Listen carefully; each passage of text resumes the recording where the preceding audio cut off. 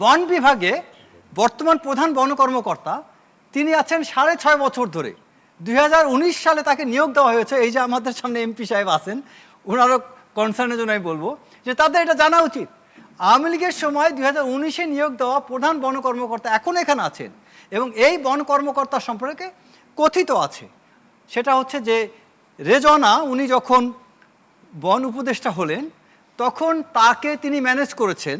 কী দিয়ে ম্যানেজ করেছেন এটা আপনারা সাংবাদিকরা খুঁজে বের করবেন, বাট শুনেছি অনেক বিষয়। এখন এই বন কর্মকর্তা আপনার 100-150 কোটি টাকা কেন ইনভেস্ট করবে কাউকে ম্যানেজ করার জন্য? ওখানে কি মধু আছে? একজন ব্যক্তি এখানে এতদিন ধরে এখানে টিকে আছেন, তার অধীনে আপনার খুব সম্ভবত 12 কোটি টাকার একটা সুফল বৃক্ষরোপণ কিছু একটা ছিল, একটা প্রজেক্ট ছিল আওয়ামী লীগের সময়, যেটার আপনার 1572 কোটি বা সামথিং, প্লাস মাইনাস, ফিগার কম হতে পারে, বাট 1500 করোড় অ্যাবভ বাজেট।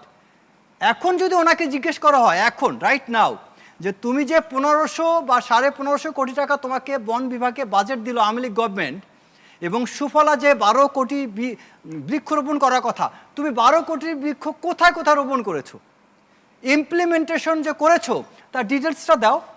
এই বন বিভাগে কোনো সাংবাদিক এখন পর্যন্ত যায় নাই, কারণ উনি সাংবাদিকও ম্যানেজ করেছেন নিশ্চয়ই। দুদক যায়নি, নিশ্চয়ই দুদককে ম্যানেজ করেছেন। গোয়েন্দা রিপোর্টও গেছে কিনা সন্দেহ। বাংলাদেশে এখন সমস্যাটা কোথায় হচ্ছে, যিনি অবৈধ টাকা উপার্জন করেন তিনি টিকে থাকেন। আপনি খেয়াল করেন আওয়ামী লীগ সরকারের কথা, আওয়ামী লীগের সময় যারা সৎ যোগ্য নেতা তারা কিন্তু না খেয়ে মরতেছে। ওই নেতাগুলা দেশ ছেড়ে যাইতে পারে নাই, ও বাংলাদেশে গণধোলাই খাচ্ছে অথবা পালায় বেড়াচ্ছে, না হয় কোনোভাবে সে চুপচাপ করে পড়ে আছে, অথবা জেলে ঘানি কাটতেছে, জেলের মধ্যে জেল খাটতেছে।